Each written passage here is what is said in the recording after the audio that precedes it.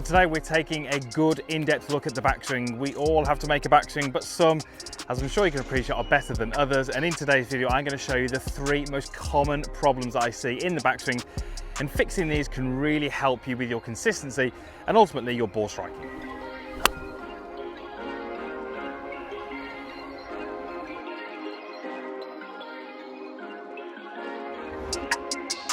So why is the backswing so important? Well, it really helps us with our consistency and ultimately our ball striking. If you are in that category where you're not the most talented golfer in the world, you're not the most skilled golfer in the world, you're not a Rory McIlroy or a Jon Rahm, then it's going to be much harder for you to get the desired impact and consistency that you want down there if there's issues and problems with your backswing. Lots of the golfers that you see on TV, they're hugely skilled and they can overcome and deal with lots of things that maybe the average golfer or the handicap golfer would struggle to. So it's really important that we get that backswing in order to give ourselves the best chance of hitting quality shots and also having that be consistent on the golf course.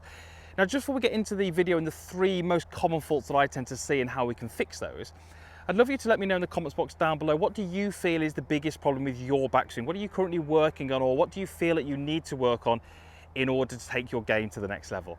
And also, whilst you're down there, if you do enjoy this video, give that thumbs up button a click. That really does help. So we're going to start off and go through, what I believe are the 3 most common problems that I see in the backswing. And the first one of those is unbelievably common, and that's the club face. So we can probably all appreciate that the club face is really important, and it's really important down at impact when we want to have the golf club pointing pretty much at where we want that ball to go, whether that be the fairway or whether it be, in this case, it's the green. So we have to have that golf club pointing about at the target at impact. So if we really get that club face out of position in the backswing, it means that, again, like we've already said, you've got to be super talented to recover that and get it to point in the right place. So what we tend to see quite commonly would be that a golfer rolls the club open or gets that golf club open early on in the backswing.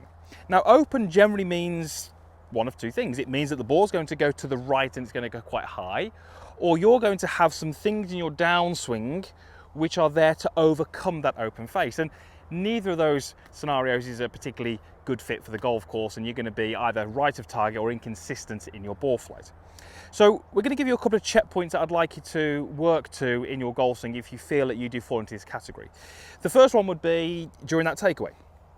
So when that golf club reaches this first part of the golf swing where the club shaft is level with the ground, what I'd love you to do is really pay attention to where the grooves are on that club face.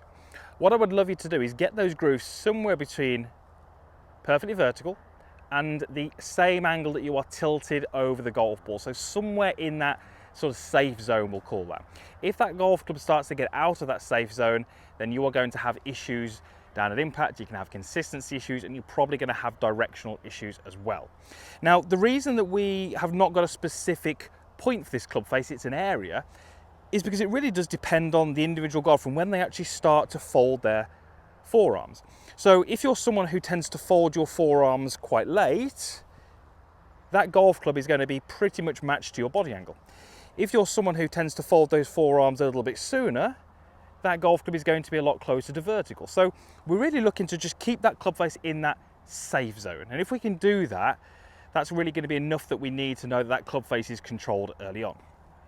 Now, once we can get the takeaway correct and we can get the club face under control, we kind of need to maintain that to the top of the golf swing. And the best way for really most of us to ensure the club face is correct at the top is to get our lead wrist flat. Now, this does depend a little bit on how you hold the golf club, but if we assume that your hold is fairly neutral, we would love for that wrist at the top of the golf swing to be, again, about flat. What that should do is it should set the golf club face at the top, again, in that safe zone. The golfers who miss that first point and the club face gets laid back and pointed too much to the sky will very often have a cupped lead wrist at the top, and that gets the toe of the golf club hanging far too much down and the club face is open. So if you'd like to check your club face, those are the 2 places that I would get you to do that. Early in the takeaway, top of the golf swing, if you can use those checkpoints, you can get the golf club under control early and the wrist flat at the top. That gives you the confidence that your club face is in that safe zone and you're not going to have to make as many compensations in your downswing. So the second most common backswing fault that I see, which really gives golfers issues in ball striking, direction, consistency, is not getting the weight of the golf club or the balance point of the golf club controlled early enough in the golf swing. And really what we're talking about here is the golf club shaft getting too flat in the backswing. If we just quickly establish what we mean by flat, we mean when the golf club shaft is too close to horizontal. Probably would never ever get to horizontal, but when it's too close to horizontal, we would class that as too flat. When it gets to more vertical, we'd call that fairly steep.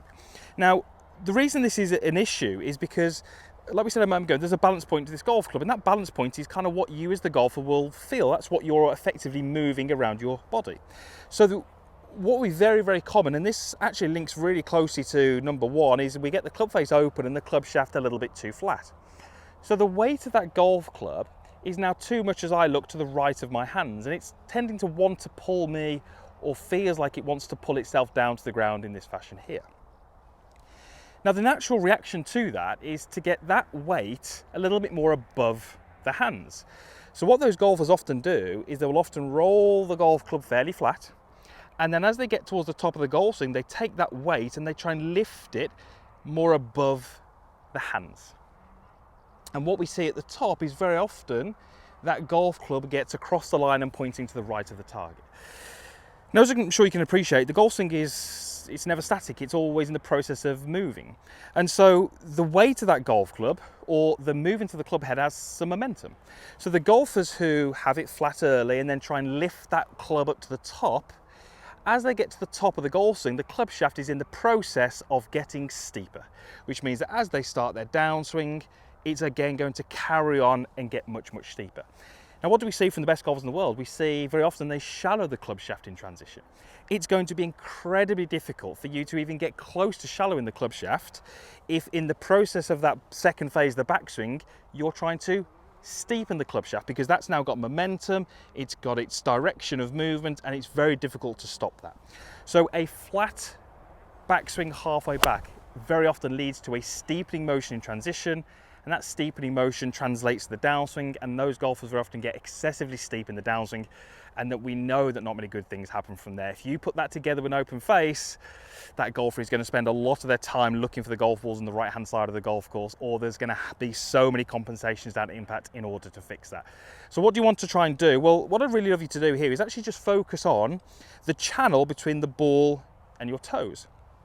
And the goal would be to try and get the grip to point somewhere into that channel, and you can see that I'm doing that now.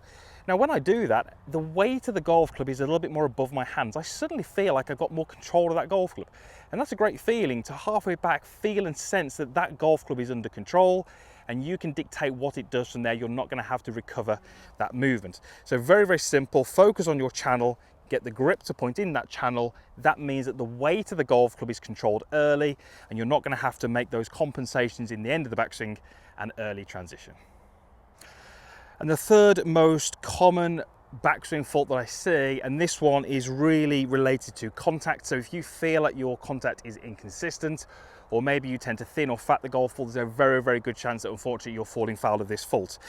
And effectively, it's the golfers who have too much lateral movement in the backswing. Now, very, very rarely is that lateral movement towards the target. In almost all cases, it's away from the target.